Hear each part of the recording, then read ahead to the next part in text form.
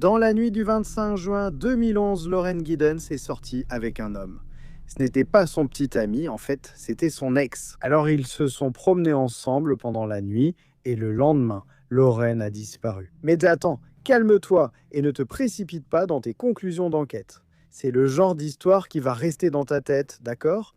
Pendant des jours. Avant que je te donne les détails, je dois te prévenir. Cette affaire comporte des éléments troublants. Ce n'est pas du sensationnalisme, c'est la réalité. Je suis Marcos Campos et je vais te raconter l'histoire de Lauren Giddens. Like, commente, même avec un emoji, et deviens membre si possible. Et vérifie ton abonnement à la chaîne, active la cloche. Aide-moi à atteindre 1 million d'abonnés. Tu penses qu'on peut y arriver? C'est tout. Le message est passé, passons aux faits.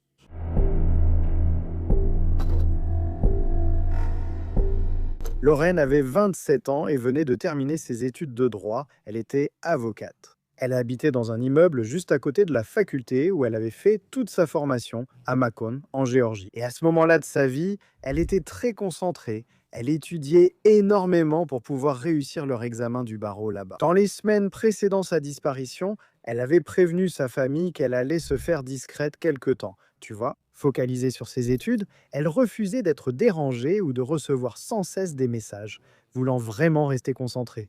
C'est peut-être là un maillon de la chaîne. Sauf qu'après un certain temps, tu vois, après qu'elle ait dit qu'elle étudiait, sa sœur Kathleen a commencé à remarquer qu'il y avait quelque chose qui clochait, parce qu'elle ne recevait plus de messages du matin, plus d'emojis, absolument rien. C'était vraiment inhabituel. Alors qu'est-ce que Kathleen, sa sœur, a fait? Elle a commencé à appeler les amis, tu vois. Écoutez, vous avez des nouvelles de Lauren? Vous l'avez vue aujourd'hui? Vous savez quelque chose? Et tout le monde a répondu non. On dirait vraiment qu'elle a fait ce qu'elle avait dit, qu'elle a disparu du radar. Une amie à elle, qui s'appelle Ashley, est donc allée chez elle, là où elle habitait, dans l'immeuble, et elle savait où Lauren gardait une clé de rechange. Vous voyez l'histoire de la clé sous le pot de fleurs ou le paillasson. Son amie y est allée, a pris la clé et a ouvert la porte. Quand elle est entrée dans l'appartement, les livres de Lauren étaient sur la table, comme si elle avait étudié là, les clés, il y avait aussi quelques clés là-bas, son sac était là, sa voiture était dans le garage de l'immeuble. Mais Lauren, rien, aucun signe d'elle, comme si elle avait vraiment disparu de la carte. Et là, elle s'est dit, et maintenant? Qui pourra me défendre? El Chapeau?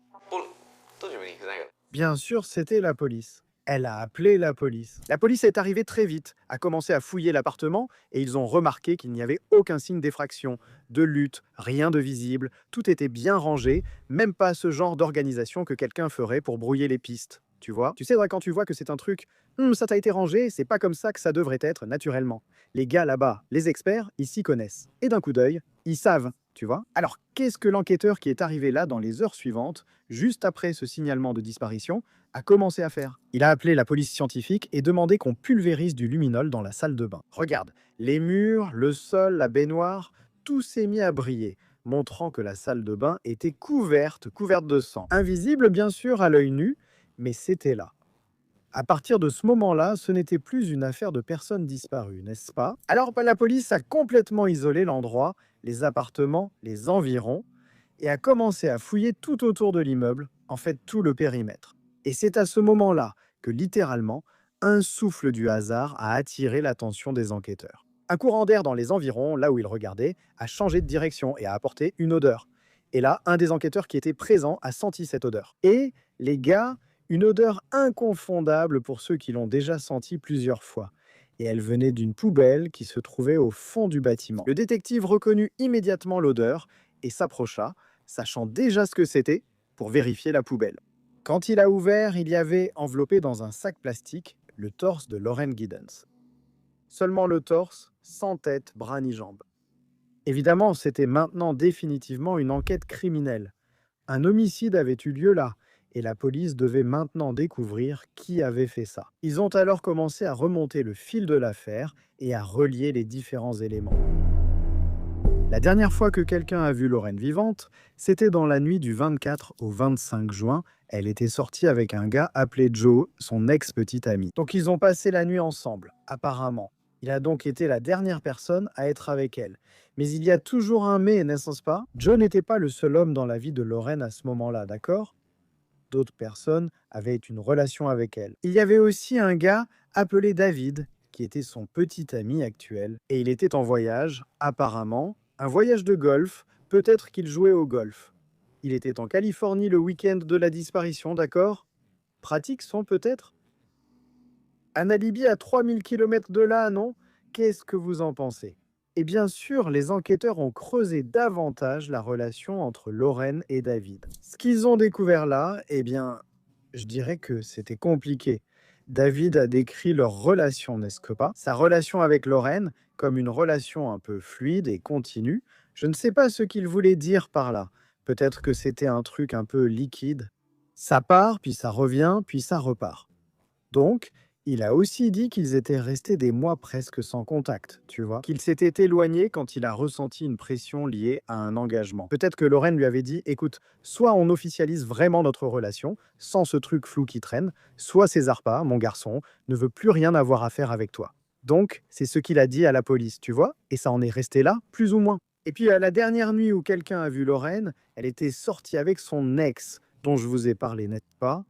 Alors je te demande, est-ce que David était au courant de ça? Que sa petite amie sortait avec son ex? Eh bien, l'affaire vient à peine de commencer et nous avons déjà des pièces insolites dans ce puzzle, tu ne trouves pas? Eh bien, si David savait que sa petite amie voyait son ex, c'était exactement ce que les enquêteurs avaient besoin et voulaient en découvrir. Eh bien, pendant que tout cela se passait, les habitants de l'immeuble où elle vivait étaient tous sous le choc, n'est-ce pas? Après tout, cela n'était jamais arrivé là-bas, ni dans la région, et encore moins dans l'immeuble. Alors la police a commencé à fouiller les appartements. Ils interrogeaient l'un ici, l'autre là. Tout le monde a été entendu. Et l'un des voisins de Lorraine en particulier s'est proposé pour aider dès le début. C'était un homme appelé Steven. Un gars tranquille, assez réservé, dans son coin. Introverti. Mais il a dit aux enquêteurs que lui et Lorraine étaient de bons amis. Stephen a aidé aux recherches et donné une interview à la télévision. Il est resté sur place pendant que la police travaillait. Il semblait vraiment être un ami bouleversé, tu vois, sous le choc, essayant d'une certaine manière d'aider les enquêteurs. Avec ce qu'il pouvait, après tout, il habitait là aussi. Mais au début, c'était juste un gars vraiment un peu effrayé par tout ce qui s'était passé. Cependant, il a aussi attiré l'attention des enquêteurs parce qu'il était un peu étrange. Mais rien d'autre n'a été dit à ce sujet. Après tout, n'est-ce pas? Étrange? C'est relatif, non? Qu'est-ce qu'il est? Le gars était juste discret dans son coin. Je vais vous donner une petite bio de lui. Stephen était avocat. Comme je vous l'ai dit, c'était un collègue de Lorraine. Plus précisément, un camarade de classe à elle. Ils étudiaient ensemble. Et il habitait dans un appartement à côté du sien. Donc, si on met de côté ce que l'enquête a dit, à savoir que le gars était un peu bizarre, un peu étrange, tout indiquait vraiment que c'était un bon ami qui était sous le choc. D'ailleurs, plusieurs personnes du quartier, des voisins, étaient aussi comme ça. Ce n'était pas seulement Stéphane Zigno. Regarde bien, la police a noté le nom du gars et l'a conservé dans leur carnet d'enquête. Et la vie continue. À ce moment-là, du moins, le centre d'attention, c'était David, le petit ami. Petit ami. Pourquoi? Quelque chose est ressorti pendant l'enquête, d'accord? Dans la nuit du 25 juin, Lorraine a envoyé un email à David. Et il était en Californie. Dans l'email, elle indique que 2 jours auparavant, elle pensait que quelqu'un avait tenté de forcer la porte de son appartement. Déjà, avec ces éléments, quelques questions se posent, non? Tout ce que je vous ai dit jusque-là. Pensez-y, est-ce que c'est David lui-même qui a fait ça? Ou alors, est-ce qu'il était peut-être allé voir Malcolm tout à coup pour vérifier quelque chose? Il n'a pas voulu effrayer son ex? Est-ce que ce voyage de golf dont j'ai parlé est un alibi fabriqué? Il y a beaucoup de suppositions, n'est-ce pas? Peut-être. Les enquêteurs ont tout contrôlé. Registre de voyage, relevé de carte de crédit, témoignages. David a été filmé lors d'une interview affirmant être en Californie. Pendant tout ce week-end-là de la disparition, après la découverte du torse, que la relation avec Lorraine était compliquée, comme je l'ai déjà dit, mais qu'il n'avait rien fait de tout cela. Alors, avec toutes ces informations un peu en suspens, la police a pensé qu'il était temps d'aller parler à Joe. L'ex-petite amie avec qui elle était sortie la veille de la disparition. Joe a également été interrogé.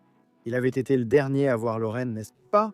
Les enquêteurs ont donc examiné chaque détail le concernant cette veille-là. Mais là, je suis désolé de vous informer, ceux qui misaient sur l'un des deux, que tous les deux, David et Joe, ont été écartés de l'enquête. D'après ce qu'on sait, ils avaient tous les deux un alibi solide, d'accord? Du moins, c'est ce que la police a communiqué. Et la police s'est retrouvée sans le suspect évident à ce moment-là, n'est-ce pas? Petite amie, ex-petite amie. Vers qui on se tourne dans un cas comme ça, hein? Disparition d'une jeune femme étudiante. Elle vivait seule, elle est sortie avec un ex, elle avait un petit ami actuel avec qui elle avait une relation compliquée. Il était logique qu'ils commencent par regarder de ce côté. Mais ensuite, les deux sont écartés par l'enquête. Et les gars, évidemment aussi, je dois souligner quelque chose ici. C'est un mot qui ne colle pas vraiment au domaine criminel. Vous ne trouvez pas? Parfois, ce qui est évident peut finir par embrouiller. Mais voyons ce que nos enquêteurs infatigables ont découvert après ça, d'accord? À ce stade de l'histoire, avec le petit ami et l'ex-petit ami totalement écartés, les enquêteurs se sont souvenus d'un nom qu'ils avaient noté dans un petit carnet d'enquête là-bas. Quelqu'un s'en souvient? Eh oui, lui-même, Stephen McDaniel, le voisin qui est aussi un camarade de classe. Celui qui est resté là tout le temps et a même donné une interview à la télévision. Les enquêteurs ont appelé le gars pour discuter un peu, pour parler à nouveau, n'est-ce pas? Mais cette fois, c'était déjà sur un ton d'interrogatoire. Il n'était plus seulement un témoin. Qu'est-ce que tu as vu, hein? Après tout, les gars, tout doit être examiné attentivement dans un crime comme celui-ci, n'est-ce pas? Trouver un torse dans une résidence. Les policiers avaient-ils manqué quelque chose avec cette amie à elle lors de leur première conversation? Il y avait en effet quelque chose d'étrange dans son attitude. L'un des détectives a décrit que Stephen McDaniel fixait trop souvent le vide entre ses réponses. C'était comme s'il calculait chaque mot qu'il allait utiliser avant de parler. Et à un certain moment du premier entretien, il avait même suggéré que Lorraine était peut-être sortie courir et avait été enlevée par un inconnu. J'ai déjà vu ce film-là. Le gars essaye d'influencer l'enquête. Et si elle était sortie courir et avait été enlevée? C'est étrange, non? Très bizarre. Et pour un enquêteur expérimenté qui a déjà vu plein de cas comme ça saute aux yeux. Le gars essayait un peu d'apprendre au curé à faire la messe. Tu vois le genre? Mais il y avait quelque chose de plus concret. Dans l'appartement de Stephen, lors de la première perquisition, les enquêteurs avaient trouvé quelques préservatifs. Et là, ils ont posé la question au gars, tu vois. Ils ont dit: Stephen, pourquoi tu as autant de préservatifs ici, mon gars? Et là, il a répondu: d'accord. Il a dit qu'il avait pénétré dans les appartements de deux collègues pendant qu'ils étaient en voyage à l'étranger. Il est entré sans permission en utilisant un passe-partout qu'il avait de l'immeuble. Et dans chaque appartement, il a pris un préservatif. Quand on lui a demandé pourquoi, il a dit qu'il gardait ça pour quand il en aurait besoin, qu'il était vierge, qu'il attendait simplement se préservant pour le mariage. Eh bien, c'est insolite, n'est-ce pas, chers amis? Même si c'est bizarre, son comportement était inapproprié en ce qui concerne l'intrusion dans l'appartement de ses amis, n'est-ce pas? Totalement illégal. S'introduire dans une propriété privée. Prison. Et en fait, cela a suffi pour que la police arrête le type pour effraction. Maintenant qu'il était en garde à vue, disons que la police avait toutes les cartes en main pour approfondir, affiner l'enquête sur l'affaire de Lorraine, pour savoir si ce gars-là avait quelque chose à voir avec ça ou non. Alors, les enquêteurs sont retournés une fois de plus chez Stephen. Et ce qu'ils ont trouvé à l'intérieur, franchement, ça ferait un film d'horreur. Avec le scénario déjà prêt. Prêt? Ils ont trouvé l'emballage d'une scie d'une marque et d'une taille spécifique, une culotte avec l'ADN de Lauren Giddens. C'était dans sa commode. Les enquêteurs ont également trouvé deux clés. Une clé passe-partout de l'immeuble et une autre clé faite sur mesure. Le serrurier l'a faite pour ouvrir un seul appartement de l'immeuble. Celui qui devine lequel gagne une friandise. C'est bien sûr celui de Lauren. Ils ont aussi trouvé des clés USB. Et sur ces clés USB, il y avait des fichiers très graves d'exploitation sexuelle d'enfants. Bingo pour une graine du mal, n'est-ce pas? Dans la buanderie de l'immeuble, à quelques mètres de son appartement, ils ont trouvé la scie qui correspondait à la boîte et à la taille de cette boîte de scie qui avait été trouvée dans son appartement. Devinez quoi? Il y avait du sang de Lorraine sur la scie, confirmé par des tests. Les enquêteurs ont aussi trouvé une carte mémoire d'une caméra de Stéphane. Sur cette carte, il y avait des vidéos de Lorraine filmées depuis l'extérieur de la fenêtre de son appartement. Comme ces types obsédés qui restent cachés là, tu vois, la nuit, en train de regarder. On a déjà vu ça dans des films, non? C'est vraiment effrayant. Steven avait attaché une caméra au bout d'un morceau de bois comme ça, genre une longue perche, avec du ruban adhésif.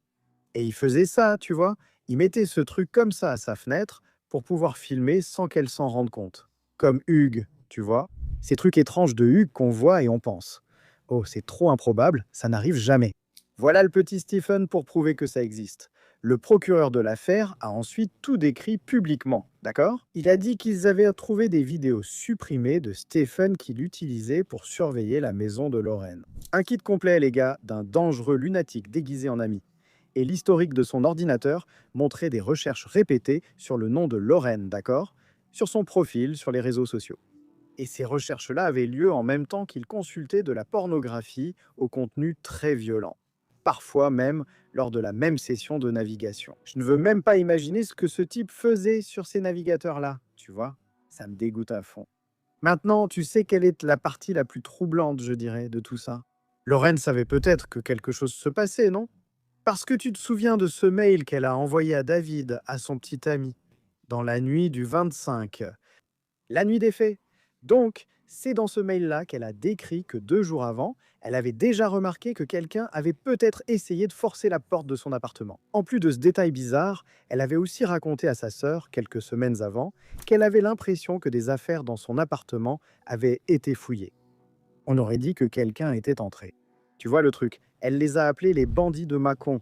Genre, elle pensait que c'était, je sais pas, un gars de la fac, tu vois? Un petit voleur, un truc comme ça. Elle a même dit: «Ah, je crois que j'exagère». En réalité, elle n'exagérait pas et avait raison sans le savoir. Mais la personne qui est entrée dans son appartement, qui a fouillé ses affaires, qui est même restée dehors à sa fenêtre avec une caméra, comme on l'a vu, ce n'était pas un inconnu quelconque. C'était un voisin.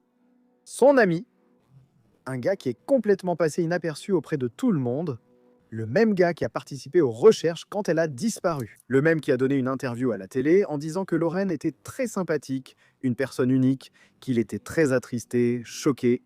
C'est impressionnant de voir les gens porter des masques, n'est-ce pas? C'est effrayant.